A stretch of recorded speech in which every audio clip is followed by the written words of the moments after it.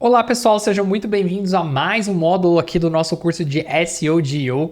Eu sou o Luiz Ottoni, se a gente ainda não se conhece, sou especialista em SEO há mais de 10 anos e neste módulo a gente vai falar sobre algo que pega bastante no meu coração porque eu sou jornalista de formação, que é criação de conteúdo. Como que a gente cria conteúdo otimizado tanto para a busca tradicional quanto para a busca generativa. Como que a gente usa o poder do conteúdo para fazer com que a sua marca ali eleve a sua presença na visibilidade orgânica. Bom, se esse assunto também te interessa, fica comigo aqui ao longo de todo esse módulo. A gente vai explorar as principais, não só os principais benefícios de se fazer conteúdo otimizado, mas também como fazer conteúdo otimizado diante desse momento que a gente vive, onde com IA a gente consegue fazer conteúdo a rodo, né? Mas existem aspectos específicos que fazem a diferença na hora de criar um conteúdo otimizado. Se você está chegando aqui agora por esse módulo, quiser seguir o curso só nesse módulo, tá tudo bem, mas caso você queira passar ali por todo o nosso processo do nosso curso de SEO, volte alguns vídeos atrás, porque este aqui é o quinto módulo do nosso curso, né? A gente já passou pelos pilares de SEO, já entendemos as diferenças entre a busca tradicional e generativa, já fizemos uma análise de concorrência que é extremamente relevante para a gente conseguir encontrar tópicos que são importantes para você trabalhar quando você vai criar um conteúdo, né? Então, por onde eu começo uma estratégia de conteúdo, caso você não tenha assistido, assista esse vídeo da parte de concorrência. Depois a gente passou ali já pela parte da análise de palavra-chave, né? Então, como criar uma pesquisa de palavra-chave, aliás, como fazer uma pesquisa de palavra-chave, selecionar o melhor tópico para você de fato conseguir ter vantagens ali, né? Conseguir ter tráfego qualificado para o seu site. E por fim a gente explorou ali os pilares do SEO técnico e do GEO técnico, que também é algo extremamente relevante quando a gente fala sobre visibilidade orgânica, para a gente ser visível tanto nos mecanismos de busca tradicionais quanto nos generativos. É extremamente importante eu ter um site que está muito bem quando a gente olha para a parte de performance técnica. Bom, e agora estamos entrando no módulo um pouco mais profissional ali, que é essa parte de conteúdo otimizado. E por que a gente fala que este seria um módulo mais profissional? Porque este módulo você realmente consegue tirar dele ali alguns itens que logo depois de assistir a esse vídeo, né, você consegue vender digamos assim, uma consultoria em conteúdo com base nesse conhecimento que eu vou te passar, né? Então, se você de fato está buscando uma mudança de carreira ou aprimorar na sua carreira, né, ou até mesmo se você é um empreendedor ali tentando entender como fazer conteúdo otimizado, este módulo aqui é para você. Bom, sem mais delongas, então vamos direto aqui a nossa primeira parte do curso, que é entender o que significa o conteúdo que ranqueia nas LLMs. Bom, se você acompanhou o curso até aqui, você já sabe o que significa LLM, né? Então, aqui a gente está falando de Large Language Models, né? Então, ou seja, busca generativa, ChatGPT, Gemini, etc. Então, é muito importante a gente entender o que significa um conteúdo que ranqueia nas LLMs. Significa basicamente, pessoal, que esse conteúdo ele vai ser citado, ele vai ser mencionado nas LLMs. Então, quando você está tentando construir uma presença de marca no digital hoje, você precisa levar em consideração se a sua marca está visível nas LLMs ou não, porque estar presente apenas no mecanismo de busca tradicional já não é o suficiente. Você precisa estar presente também neste processo de busca da IA generativa, porque a gente como usuário da internet, a gente sabe que cada vez mais a gente faz uso da inteligência artificial para fazer qualquer tipo de busca, né? Então, significa eu ter um conteúdo que ele vai ser citado, referenciado ou usado como base semântica ali na IA generativa, tá? Então, quando eu tenho um conteúdo que ele é citado, mencionado na IA, isso significa, em outras palavras, né, que esse conteúdo ele passa a gerar confiabilidade para sua marca, tá? Então ele passa a gerar confiança diante do mecanismo de busca das IAs. Para que um conteúdo ele ranqueie nas LLMs, pessoal, ele tem que ter uma estrutura clara, tópicos bem separados e uma linguagem, principalmente isso aqui, gente, linguagem conversacional. Você já parou para perceber que quando você vai fazer uma busca usando o ChatGPT ou Gemini, etc., É muito diferente esse estilo de busca, a forma como você busca nesses mecanismos, da busca que você fazia anteriormente, lá atrás usando o Google, né? Ou enfim, quando você faz ainda usando o Google, quando o Google ainda não tinha a parte da IA. Você lembra como era a sua busca lá? Você usava palavras-chave que eram mais genéricas, amplas. Agora, quando eu vou buscar alguma coisa ali na LLM, eu pesquiso como se eu estivesse conversando com uma pessoa. E isso é o que a gente chama de busca conversacional. E aos poucos a gente está vendo cada vez mais isso acontecer. Um exemplo muito claro é se você, por exemplo, procurou em algum momento aí na sua jornada de busca como produzir conteúdo otimizado, você provavelmente na busca tradicional, lá no Google tradicional, você procuraria conteúdo otimizado, né? E aí você iniciaria a sua busca através dos links azuis e você clicaria ali em um ou outro link para ver qual resultado era mais relevante. Agora você já chega ali na LLM e já procura como produzir um conteúdo otimizado. A LLM vai te dar uma lista de coisas, citando, obviamente, conteúdos, mencionando conteúdo. E é aí que a gente quer ser citado, né? Junto a essa resposta que ela dá ali pra gente. Bom, e aí a gente já viu o que é um conteúdo que ranqueia, né, entre aspas, na IA generativa. O que seria um conteúdo que ranqueia no Google? Que ranqueia no... E quando eu uso o Google aqui, pessoal, quem assistiu todos os outros módulos do curso já sabe que eu estou falando não só do Google, estou falando da busca tradicional. Então aqui eu incluo também Bing e outros mecanismos de busca que você possa vir a utilizar. Então nesse buscador tradicional, o que significa um conteúdo que ranqueia nele? É um conteúdo que responde à intenção do usuário. Então se alguém está buscando como fazer conteúdo otimizado, como é o caso desse curso aqui, as respostas que o Google vai oferecer são as respostas que ele entende que respondem diretamente a essa intenção de busca, de quem está buscando um conteúdo que explica como fazer conteúdo otimizado, certo?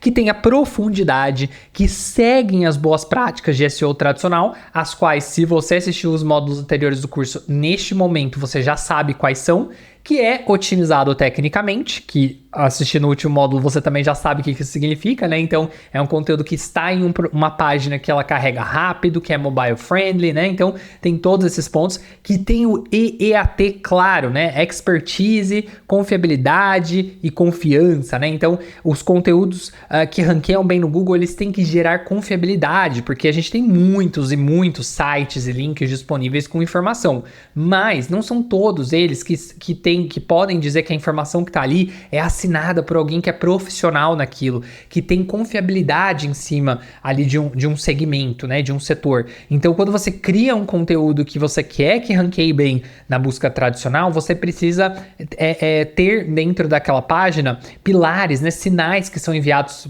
para os mecanismos de busca que reforçam que quem escreveu aquele conteúdo sabe do que está falando. Então, se eu estou escrevendo um conteúdo relacionado a uma questão de saúde, eu preciso ser um médico, eu preciso ser um nutricionista, né? Eu preciso ser um educador físico. Então isso tem que estar claro ali na minha byline, né? Em quem assina aquele conteúdo, tá? Porque isso é levado em consideração como um sinal de ranqueamento no buscador tradicional, principalmente. Luiz, mas no generativo não é? É também, mas no buscador tradicional é mais ainda do que no generativo. No generativo a gente tem aí conteúdos que, se você criar um conteúdo muito bem ali trabalhado, né, a nível de estrutura, você consegue ser citado ali em questão de dias. No Google, quando a gente fala de um conteúdo de saúde, de educação, né, relacionado a essa parte ali que a gente chama de Your Money, Your Life no Google, né, ou seja, conteúdos que podem ter um impacto sobre a sua vida, sobre a sua vida financeira, sobre a sua vida de forma geral, esse tipo de conteúdo o algoritmo toma muito mais cuidado para poder ranqueá-lo na primeira página. Então isso é muito importante. Seguir padrões de SERP moderna, né? Então People Also Ask, Snippet, Carrossel, etc. O que seria isso, gente? SERP, aqui quando a gente fala de People Also Ask, né? Que pessoas também perguntam, itens especiais ali dentro do conteúdo, aqui a gente está falando de um conteúdo que ele, apesar de eu estar trabalhando ele para a busca tradicional, ele é um conteúdo que ele já está alinhado a esses novos pilares da busca, né? Então ele tem perguntas e respostas, a forma como os títulos são escritos em cima desse conteúdo são conversacionais, então são perguntas longas, né?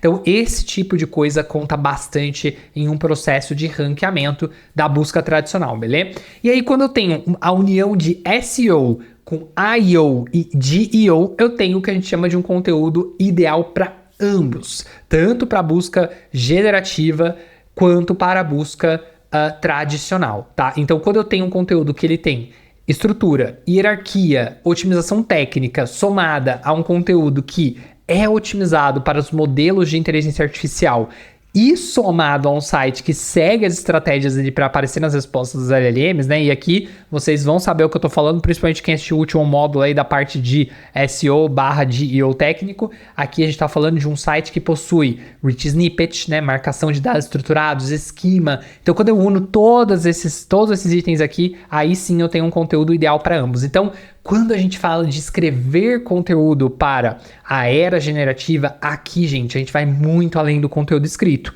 Para que um conteúdo escrito ele apareça, seja citado tanto na busca tradicional quanto na busca generativa, eu tenho todo um preparo anterior a nível técnico, a nível de autoridade, para que esse conteúdo de fato apareça, tá? Então, aí sim a gente pode partir para o passo a passo.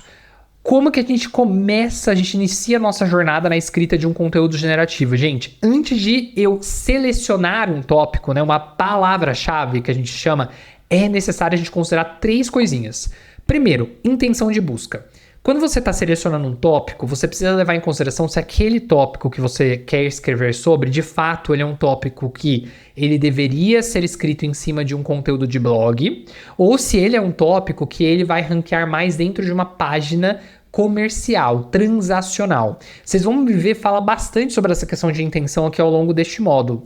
O que a gente está falando aqui, gente, na prática? Vocês lembram do exemplo que eu dei nos módulos atrás em que eu falava sobre o software para médicos? Software para médicos, se eu tentar escrever um conteúdo com a palavra-chave, com o intuito de ranquear para software para médicos, vocês lembram o que iria acontecer? Eu não iria conseguir ranquear para esse conteúdo, porque a intenção de quem busca software para médicos é uma intenção comercial, transacional. Então, uma página de conteúdo, nesse caso, ela não vai ter muitas chances de ranquear. Porque quem já procura sobre esse termo já sabe que precisa de um software, não tem dúvidas mais, ele quer encontrar um software para de fato adquiri-lo. Então, software para médicos não é um tópico que eu escreveria um conteúdo sobre. Eu preciso primeiro validar se a intenção de busca em cima do tópico que eu quero escrever, ela tem uma intenção informativa, informacional. Se quem está buscando aquele tópico, de fato, ele está buscando um conteúdo. Aí sim, eu parto para a premissa de que eu vou ter pessoas procurando aquele conteúdo. Como que eu valido isso, Luiz? Ferramentas. SEMrush. Não tenho dinheiro. Abre o Google na janela anônima, verifica quais são os sites que estão ranqueando para a palavra-chave que você quer aparecer. Verifica se pelo menos 5 das 10 páginas que aparecem nos links azuis são páginas comerciais ou transacionais. Aí você já vai ter a sua resposta. Se for página de blog, a maioria delas, ou seja, 6 de 10, você já vai saber que a intenção de busca ela é informacional. Se for o contrário, você vai saber que é comercial. Mas e se for 5 a 5? Se for meio a meio? Aí eu tenho uma intenção de busca mista. Aí vai de você selecionar o que você acredita ser melhor para aquela palavra-chave, né? Para aquele momento ali. Se você quiser trabalhar nesse caso, tanto um conteúdo quanto uma página transacional por conta da intenção mista, aí é o único caso onde a gente recomendaria você sim trabalhar, porque aí a gente teria um caso de canibalização positiva, dado que eu não tenho uma definição ali da parte da semântica, né, por detrás daquele, aliás, da semântica não, da intenção, perdão, por detrás daquele termo, tá? Então, intenção de busca é extremamente importante no momento que você estiver selecionando o seu tópico. Outra coisa que também é muito importante, outras 2 coisas, aliás, entidades e arquitetura. Entidade é que a gente está falando o que o conteúdo representa semanticamente para o seu site. Se você é um site que vende software médico e você está tentando ranquear para quais são os melhores softwares para gerir o meu financeiro, por exemplo, muitas vezes você tem que tomar cuidado para não se distanciar muito do seu target. Se o cara está procurando software médico e dentro de software médico geralmente eu tenho uma função financeira, aí faz sentido eu trabalhar. Mas agora você vai concordar comigo que se eu tentar ranquear para como fazer uma limpeza de casa dentro de um site que fala sobre software médico, uma coisa não tem nada a ver com a outra. Então eu só vou criar ali uma distoância de entidade temática. Então o Google, os algoritmos por detrás, tanto da busca generativa quanto da busca tradicional, eles não vão entender semanticamente o que seu site quer, né? Então quais são os pilares de conteúdo do seu site. Então tome muito cuidado para não ter esse distanciamento, tá? E aí, por fim, a gente tem a questão da arquitetura. Como que a resposta em cima do conteúdo que você está trabalhando é estruturada? Então, atente-se para a estruturação. Todo o conteúdo, pessoal, que ranqueia bem na busca generativa e na busca tradicional, geralmente tem uma estrutura de pergunta e resposta, sendo que a resposta, como vocês vão ver mais pra frente aqui, ela sempre tem que estar logo em seguida da pergunta e respondê-la de forma clara e evidente, tá? Então, vamos só recapitular a questão da definição aqui da intenção de busca, tá? Bom, como que eu defino uma intenção de busca? Ó, aqui tem um exemplo. Como fazer marketing digital. Dentro do SEMrush, quando você faz uma pesquisa de palavra-chave, notem que ele tem ali, ele já traz a intenção de busca. Esse termo, por exemplo, é um termo que, se eu vendo serviço de marketing digital, como é o meu caso, faria sentido eu ter um conteúdo dentro do blog da minha empresa com esse tópico. Porque ele tem uma intenção de busca informacional, tá ligado com o meu target, tá ligado com o produto que eu estou vendendo. Então, tome cuidado na hora de fazer essa validação das intenções de busca. Lembrando que eu posso ter intenção de busca informacional, transacional, comparativa, navegacional e orientada à decisão. Então, em IA, isso importa ainda mais, tá, pessoal? Porque os modelos, eles ranqueiam ali por clareza na resposta, beleza? Bom, definição de eixo semântico, também um outro tópico extremamente vital quando a gente fala de criação de conteúdo, tá? Tanto o Google quanto as LLMs, elas organizam o conhecimento, né? Ou seja, os tópicos ali para os quais elas ranqueiam e mencionam por entidades. Então, fala de uma coisa que é muito legal você ter nos conteúdos é falar de pessoas, de empresas, de conceitos, de lugares, de objetos e assim por diante. Então, usar termos semânticos relacionados é algo que importa e é muito relevante quando a gente olha principalmente para os modelos das LLMs, porque isso facilita a conexão das LLMs, né, entre tópicos e subtópicos, tá? E aí isso ajuda ali no envio de sinais para as LLMs sobre o que seu conteúdo se trata. Então, a definição do eixo semântico ela é muito importante. Para eu ter uma boa definição de eixo semântico, geralmente num conteúdo eu tenho uma estrutura, né? Então, por exemplo, eu tenho ali uma introdução objetiva, como vocês podem ver ali, eu coloquei um infográfico para poder facilitar a compreensão. Nessa introdução objetiva, geralmente eu conecto a intenção e apresento o propósito do que eu estou trabalhando naquele conteúdo, né? O porquê que eu estou fazendo aquele conteúdo. Isso é uma coisa, gente, que como jornalista, sempre quando eu trago esse tipo de treinamento, né? Eu sempre me questiono porque quando eu fiz a faculdade de jornalismo, né, a gente foi ensinado justamente o oposto. A gente era ensinado, ali tem algumas teorias, né, dentro do jornalismo que a gente aprende, e aí a gente tinha uma teoria lá que era da pirâmide invertida. Quem é jornalista, né, e passou por curso de jornalismo, pelo menos até lá por 2016, 2018, vai saber do que eu tô falando. Que eles ensinavam a gente a sempre trabalhar muito bem ali, a aprender o cara ao longo de um conteúdo. Então eu não podia entregar o ouro logo no início do conteúdo. Para um conteúdo da web, gente, isso deve ser feito de forma oposta. Então eu entrego o ouro no começo para depois eu prender o cara. E isso ajuda ali tanto nos sinais que você envia para as LLMs quanto para IA, aliás, para as buscas tradicionais, tá? Então eu não seguro o ouro, eu já entrego o porquê daquilo, né? A resposta para o que o cara tá procurando logo no início, porque senão eu vou irritar meu usuário, ele vai sair e eu vou ter um aumento de bounce, né? Que é ali a taxa de rejeição. Então a primeira coisa é introdução objetiva, conecto a intenção e represento o propósito do que eu tô fazendo. Depois eu coloco um resumo, né? Então a resposta principal em poucas linhas ali, então eu coloco um resumo do que o cara vai encontrar naquele conteúdo e aí sim eu parto para sessões claras que eu vou trabalhar dentro daquele conteúdo e aí eu tenho H2, né, H3 e assim por diante. Coisas que são bastante importantes para conteúdos ranquearem bem nas LLMs. Lista de ações, perguntas frequentes e síntese final, tá? Para LLMs isso é extremamente importante, beleza? Pessoal, um outro ponto também aqui que é bastante importante na hora que você estiver criando conteúdo são os links internos. que são links internos, gente? De forma bem clara, como o próprio nome diz, são links entre páginas do seu site. Por que isso é importante? Porque vocês lembram que eu falei das entidades, né? Da conexão das entidades ali, logo no início da apresentação? A forma mais fácil de você conectar entidades dentro do seu próprio site é fazendo linkagem interna. Não só você conecta entidades, isso ajuda ali você a mandar sinais para o algoritmo do que se trata o seu site, como também você mantém o usuário por mais tempo navegando no seu site. Então ele vai descobrindo um novo universo, né, de conteúdos dentro do seu site. Então se ele está lendo um conteúdo, por exemplo, que está falando sobre um tópico e você já tem um outro conteúdo falando sobre um tópico relacionado, inclua links internos. Isso também ajuda não só os mecanismos de busca tradicionais, como os mecanismos de busca generativos. Perguntas que me fazem com bastante frequência. Luiz, quantos links internos eu tenho que ter no meu conteúdo? Gente, não tem uma resposta certa para isso, até porque eu não sei qual é a quantidade de palavras que você tem no seu conteúdo.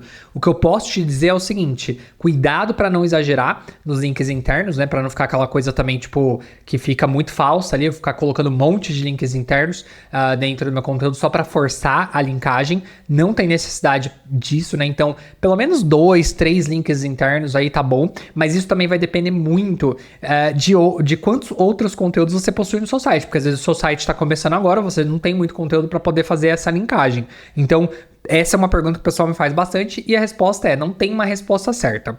Outra pergunta que o pessoal também me faz bastante é: onde eu coloco links internos, tá?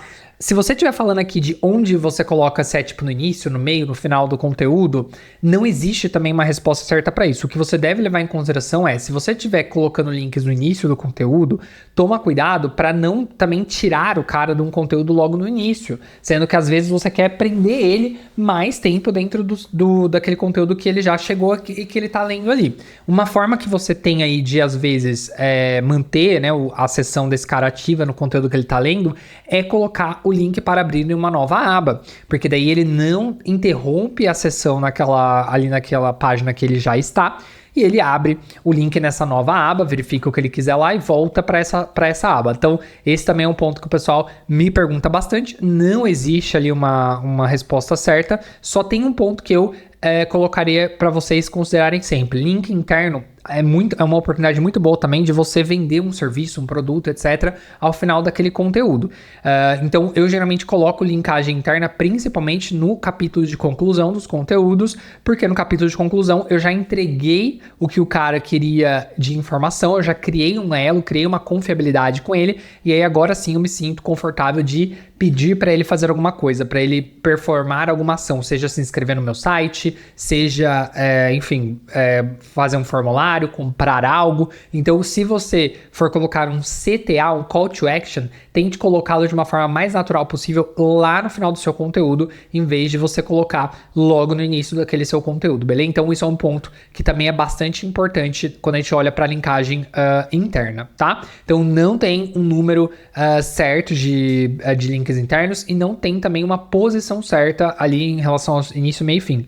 Agora, uma terceira pergunta que o pessoal me faz bastante é: como eu coloco o link interno, né? Então, sabe o textinho que você seleciona para colocar o link interno? Esse texto a gente chama de texto âncora, porque é onde você está ancorando o link. Esse texto âncora, pessoal, ele deve ser contextualizado. E aqui está uma coisa que eu vejo o pessoal errar bastante até hoje. O texto âncora, ele deve ser uma estratégia para você, porque vocês lembram que eu falei que o link interno, ele corrobora muito com a questão das entidades em SEO. Então, o conteúdo que está recebendo aquele link, quando ele recebe um backlink, né, ou seja, um link interno ou externo, enfim, com aquela palavra-chave, né, que você está marcando ali no texto âncora, isso corrobora para o algoritmo entender do que se trata aquela página para a qual ele vai enviar o usuário, tá? Então, o texto âncora, ele deve sempre tentar reforçar, quando possível, o contexto da página, deixar o mais claro possível para o usuário o que ele vai encontrar naquela página. Um exemplo está aqui neste conteúdo. Então, por exemplo, eu coloquei ali: este é um dos pilares para uma estratégia de nosso serviço de SEO e outras ações de marketing digital. claramente, se você lê o texto âncora nossos serviços de SEO, você sabe o que eu tô falando. Você vai provavelmente cair numa página que vai explicar quais são os nossos serviços de SEO que a gente oferece no site. Então, isso aqui é um texto âncora claro. Então, clareza é o ponto principal de um bom texto âncora. Um outro ponto também que é muito importante quando a gente está criando conteúdo são links externos. Links externos, diferente do link interno que você seleciona páginas dentro do seu site para poder linkar entre si, é quando você seleciona sites, né, páginas ali na web para fazer links para essas páginas. Então, em que cenário que a gente geralmente utiliza links externos? Pessoal, todo conteúdo, quando você traz uma informação nesse conteúdo, ela precisa ter fonte, tá? Todo conteúdo. Então, isso é uma das coisas principais que eles ensinam a gente numa faculdade de jornalismo. E se você não é jornalista, é redator, trabalha com isso, você também já deve saber que fonte é algo que é vital, né? Então, se eu tô colocando no meu conteúdo que X% da sociedade diz isso, eu preciso citar da onde que vem essa informação. Eu não posso, né, ter igual aquele meme lá, tirar informações da minha cabeça, né? Tipo, não foi preciso, né?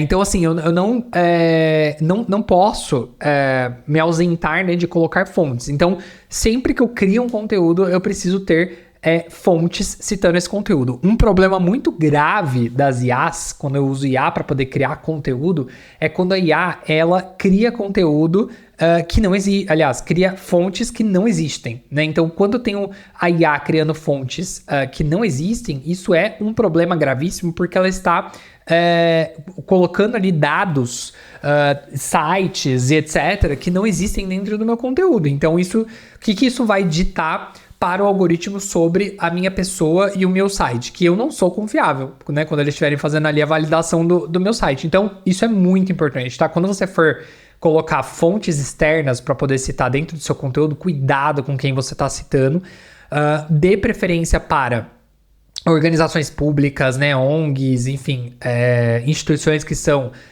confiáveis ali dentro do seu país, né, enfim, dentro da sua área, né, específica, e cite elas usando esse conhecimento que eu passei para vocês em relação aos textos âncoras, né? Então, se eu estou citando uma pesquisa, você pode colocar de acordo com pesquisa do Instituto XXX, aí eu coloco o texto, pesquisa do Instituto XXX como texto âncora, ou eu posso colocar a informação como texto âncora, né? Então, é muito importante eu ter linkagem externa de qualidade. Eu coloquei esse print aí, né, que tem um print do Ahrefs, que é aquela ferramenta de SEO com DR do lado, porque isso é um ponto que o pessoal leva bastante em consideração quando a gente fala de backlinks. Backlinks, pessoal, diferente de links internos e links externos dentro do seu próprio conteúdo, é os links que vêm de outros sites para o seu site. Então, quando a gente olha para backlinks, a gente vai falar sobre backlinks mais para frente também, né, aqui no curso, que a gente vai entrar no módulo de link building. Isso aqui, né, eu ser citado por outros sites também contabiliza como um sinal de autoridade, né? Domain rate, que é essa métrica aqui. Quando eu tô falando de links dentro do meu próprio conteúdo, eu não tô falando de DR, né? Eu não tô falando de domain rate, mas eu ter um conteúdo que tem informações que estão elencadas ali de uma forma clara, né, e que eu tenho conteúdo ali com informações que às vezes são informações originais de uma própria pesquisa, né, que eu tenha feito, isso também ajuda você a ter mais backlinks, porque você passa a ser citado por outras instituições. E aí, já entrando nesse assunto, imagens e infográfico é uma excelente forma de aumentar ali aumentar ali o meu DR, tá? Aumentar o meu domain rate. Como assim, Luiz? Porque imagens, gente, são formas, e principalmente infográficos, são formas de você, às vezes, transformar um conteúdo em uma outra forma, né? Então, às vezes, você pega uma pesquisa que foi feita ali em cima de uma instituição, e aí você transforma aquilo num infográfico que fica muito mais fácil para o usuário ler. Isso já é uma chance de você, de outros sites te citarem, né? Porque precisa te dar ali, obviamente, como fonte, né? Então eles precisam citar você para poder citar ali algum infográfico, alguma imagem que você tenha criado, tá? Mas falando sobre imagens especificamente, porque isso é um ponto que o pessoal me pergunta bastante. Quantas imagens eu preciso colocar num conteúdo para que ele ranqueie bem? Gente, pelo menos uma imagem. Porque a gente sabe, como humano, que um conteúdo sem imagem fica difícil de ler, né? Ele fica difícil de eu conseguir ler ele por completo. Principalmente no momento que a gente vive hoje, né? Enfim, com o pessoal usando bastante o celular e tal. Então, se eu tô lendo um conteúdo no celular que tem um parágrafo, que tem parágrafos ali com 3 linhas, imagina, 3 linhas são 6 linhas no celular. Se eu tenho um parágrafo ali com 10 linhas, por exemplo, são 20 linhas no celular e eu não tenho nenhuma imagem de quebra entre os parágrafos, isso fica muito ruim para a pessoa conseguir ler. Então, imagem é uma coisa que quebra isso, tá? A única coisa que você tem que levar em consideração em relação à imagem, colocar muita imagem no conteúdo, é o tamanho da imagem, tá? Então, imagens você sempre tem que comprimir elas para que elas tenham no máximo 100 KB, porque isso aí é o que a gente considera que é um tamanho aceitável ali para não afetar no tempo de carregamento daquela imagem. E tem um outro ponto que também é muito importante sobre imagem que o pessoal tende a esquecer, que é o elemento alt. O que é o elemento alt, pessoal? O elemento alternativo é um elemento que você preenche relacionado à imagem no seu CMS. Então, se você usa o WordPress, por exemplo, você vai na galeria, quando você faz o upload da sua imagem, você tem lá o nome da imagem e aí embaixo você tem o elemento alt. O elemento alt ele é utilizado por softwares que fazem a leitura do seu site, por exemplo, por pessoas que têm deficiência visual. E aí essa pessoa ela utiliza esse software de leitura para conseguir entender o que se trata naquela imagem. Então é um recurso ali de inclusão que a gente tem que usar para ajudar pessoas que têm essa limitação visual. E um outro ponto que também é considerado em relação ao elemento alt é que os bots, né, até pouco tempo atrás, eles não conseguiam ler imagens. Então, os bots, quando eles leem o site, né, como eu já expliquei anteriormente, no processo de indexação e renderização, eles leem o seu site, leem o seu conteúdo através do código. E isso continua até hoje, né, mas a gente sabe que IAs, geralmente, elas conseguem ler imagens, mas não é... quando o robozinho estiver fazendo ali a renderização do seu site, ele não vai ler todas as imagens, ele ainda não vai interpretar todas as imagens, então o elemento alt é uma forma de você conseguir auxiliar nesse processo de renderização também. Então não só você ajuda na acessibilidade, como você também ajuda no processo de renderização. E um erro muito comum das pessoas é que as pessoas não sabem preencher o elemento alt. Gente, com o ChatGPT hoje, eu posso simplesmente jogar essa imagem no ChatGPT e pedir para ele escrever o elemento alt para mim, mas caso você não saiba, o elemento alt é basicamente um tweet, ou seja, 160 caracteres descrevendo a imagem. Ponto. É só isso. Tá, então é descritivo. Então aqui eu tô vendo, por exemplo, um banner da Mystery Box, né, da marca Private State, com um valor de $199, por exemplo, né? Isso aqui seria um elemento alt relacionado a esse banner que a gente tá vendo aqui, que tá no conteúdo do Pipe Drive, né? Então isso é elemento alt. Pessoal, espero que vocês estejam curtindo este curso até aqui. Se você chegou aqui, né, já estamos aí quase indo pro finalzinho, né, pra reta final do curso. Só vou te pedir um favor, se inscreve no canal, porque me ajuda bastante a continuar distribuindo esse conhecimento para muitas outras pessoas de forma gratuita, e dá um like nesse vídeo e até um super like se estiver disponível aí para você, porque ajuda bastante a gente na distribuição e em atingir novas pessoas aqui no canal, beleza? Então, sem mais delongas, bora voltar aqui diretamente para o nosso conteúdo. Então, vamos analisar os textos aqui agora em prática para a gente entender alguns exemplos práticos aí de conteúdos, né, para ficar mais evidente o que eu quero dizer aí ao longo de todos esses itens que a gente trabalhou. Então, aqui eu tenho duas formas de escrever a mesma coisa, né, que tá falando um parágrafo aqui que tá falando sobre... Parágrafo não, tem um texto aqui, né, com vários parágrafos, de um lado, do lado esquerdo, e do outro tem um parágrafo único, mas o tópico é o mesmo. O que é funil de vendas? Eu tenho do lado esquerdo essa divisão de parágrafos, como eu falei, e do lado direito eu tenho um texto compiladinho no mesmo parágrafo. Quando você olha assim, gente, dá a impressão de que, nossa, o texto da esquerda ali, ele tá tentando enrolar mais, né? Porque ele tem mais informação e tá fazendo a mesma definição. Só que notem o seguinte, que o texto do lado direito, gente, eu tenho um parágrafo que tem 1, 2, 3, 4, 5, 6, 7, quase 8 linhas. 8 linhas no desk, da forma que vocês estão vendo aqui, no mobile pode chegar até 20 linhas. Imagina um usuário tentando abrir o seu texto, tentando entender o que é o funil de vendas e tendo que ler 20 linhas seguidas sem imagem, sem nada. Cara, essa pessoa não vai ler, né? Ela vai fechar ali, vai colocar no ChatGPT ou enfim, vai fazer qualquer outra coisa, vai abrir outro conteúdo. Então, começa aqui, do lado direito, como vocês podem ver, a gente já tem um problema de legibilidade, que eu tenho um parágrafo gigantesco. Enquanto do lado esquerdo eu tenho 3 linhas, então é muito mais fácil para a pessoa ela começar a ler esse texto antes dela começar a julgar o texto apenas pelo tamanho. Já começa por aí. Do lado esquerdo também, eu não sei se você percebeu, mas a gente começa o conteúdo com o termo funil de vendas. Enquanto do lado direito, o funil de vendas ele aparece apenas na segunda frase do parágrafo.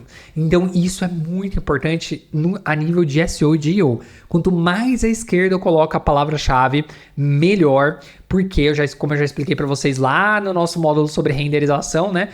Quando o robozinho ele vai ler, o crawler vai ler a sua página, o seu conteúdo, ele começa lendo da esquerda para a direita. Então é muito importante a gente deixar o mais evidente possível a palavra-chave do texto ali mais à esquerda possível. Então isso também distancia o conteúdo da esquerda para o conteúdo da direita. Aqui eu trouxe um outro exemplo também de um texto sobre o que é pesquisa de palavra-chave.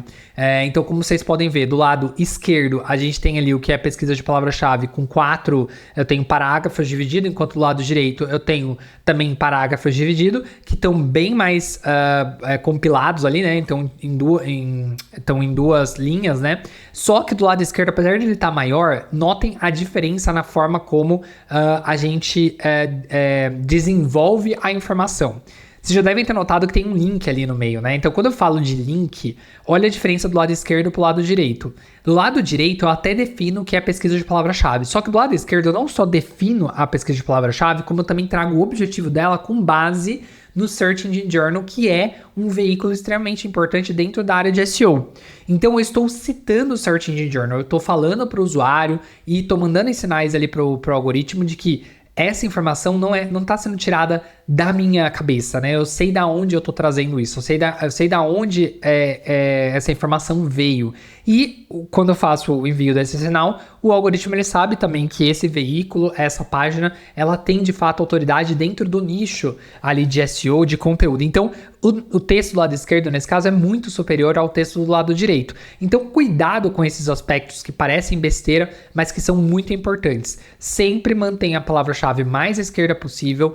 Tente deixar a resposta para um questionamento ali em cima do tópico o mais rápido possível, né? Responder o mais rápido possível ali o questionamento que está sendo levantado naquele tópico e sempre trazer fontes, pessoal. Isso é muito importante. Você não pode ter fontes como voz da sua cabeça. Você precisa trazer fontes reais na hora que você estiver criando um conteúdo, tá? Bom, pessoal, e aí seguindo aqui a gente tem um outro aspecto da criação de conteúdo que que são os elementos de SEO on-page.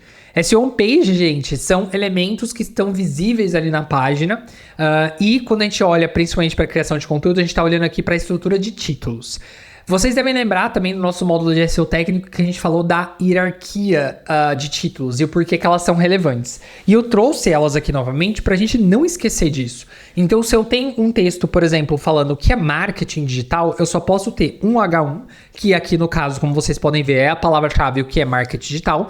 E aí eu tenho o H2, como fazer marketing digital. Abaixo do H2 eu tenho o H3, melhores ferramentas para marketing digital. E quando eu cito as ferramentas, eu tenho elas como H4. O que isso dita para os algoritmos, gente? O que isso está ditando aqui para o Google, para o ChatGPT e assim por diante? Que o item mais importante da minha página é o que é marketing digital. Então ele já sabe que o meu texto se trata sobre marketing digital.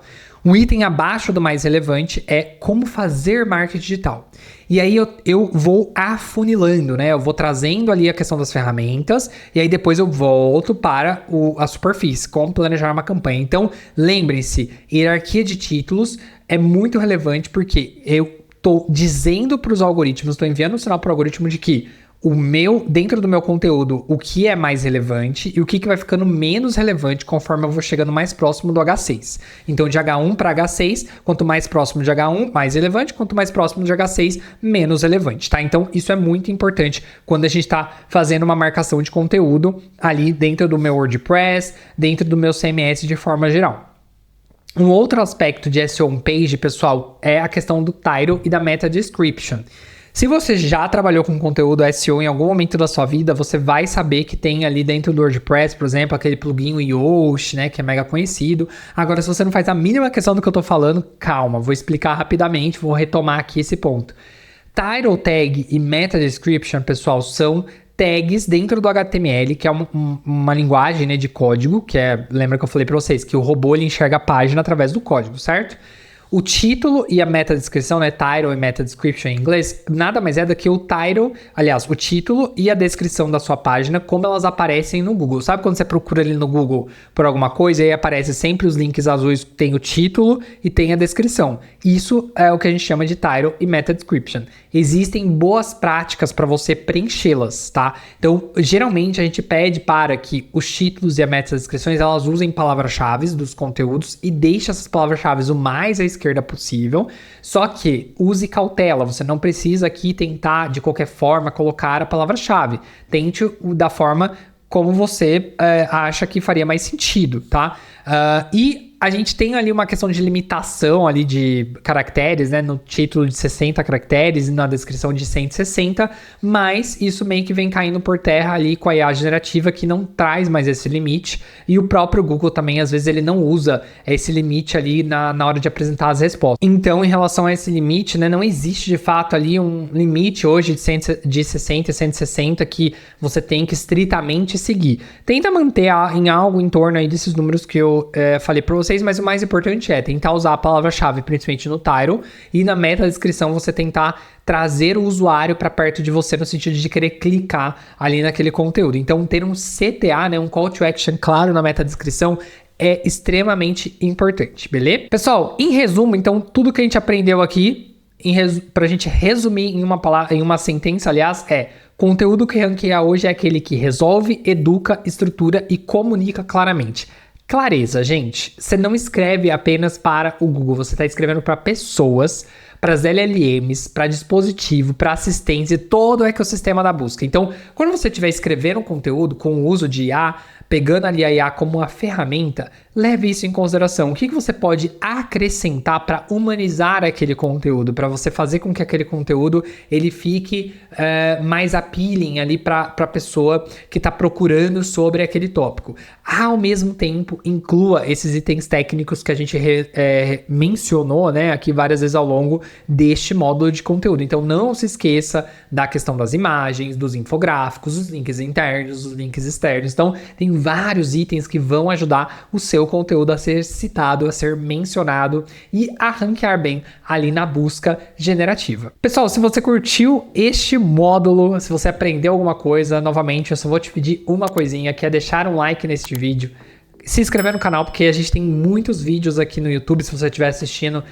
pelo YouTube o curso, se inscreva, que tem muitos vídeos de SEO, de marketing digital, de inteligência artificial vindo por aí. E este conteúdo continua aqui gratuitamente para você no YouTube, graças ao apoio de vocês. Então, por favor, se inscreve no canal, deixa um like, continua acompanhando e eu vejo você na próxima aula. Tchau!